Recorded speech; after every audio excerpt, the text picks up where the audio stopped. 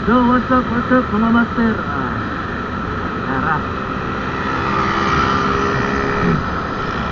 Nata karon sa Coastal Road of Davao City. Karon dai ato ang Day 1 OJT. Okay, diretso ka deploy ko. Ano lang April. So padulong na konto karon sa MG Davao.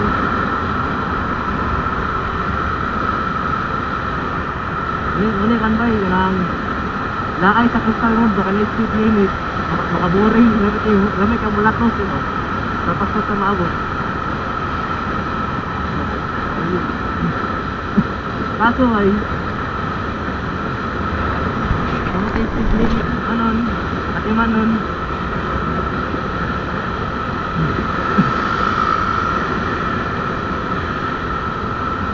luwag punta kayo sila ng pero kapoy trabuhan hindi ka sabay oktorel mga tubod lanang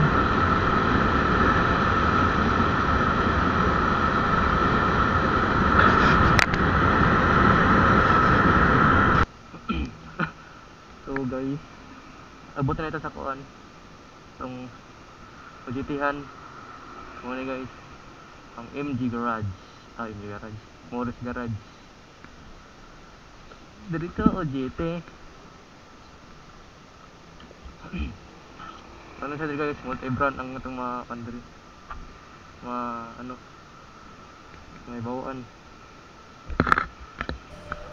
mga master, welcome sa to ang daily vlog. So first day sa mga OJT karon, so day 1 meaning then ang first task naman is manglimpyo, tapos ang kadawang task nako is nagtabang ko sa technician sa magtawad sa exhaust.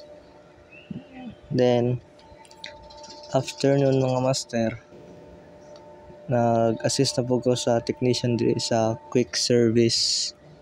Tapos ang unit naming GPMS is ano, yung Cherry.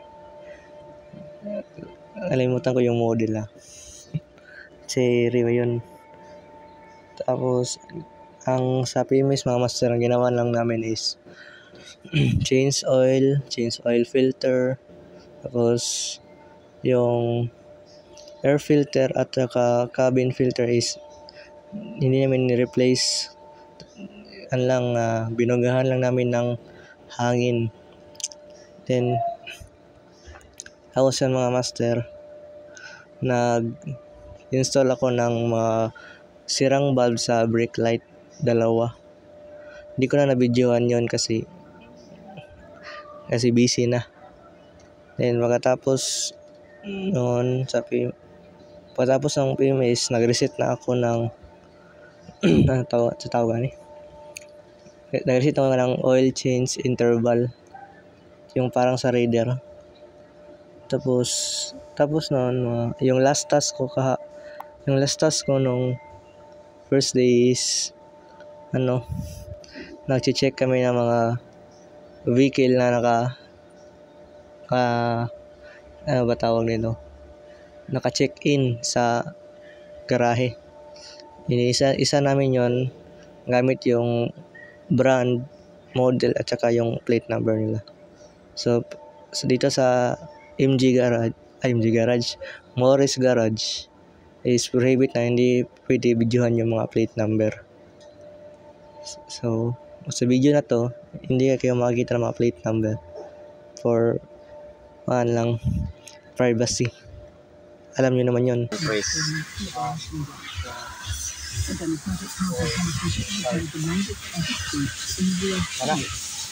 Gano'n po bigat na po?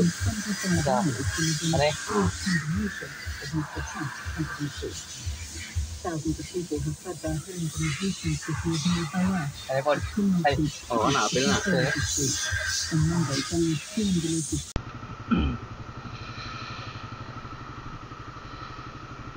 So, puwan tayo mga master, pauli na ta. This is my first duty. Bagong matawag nga.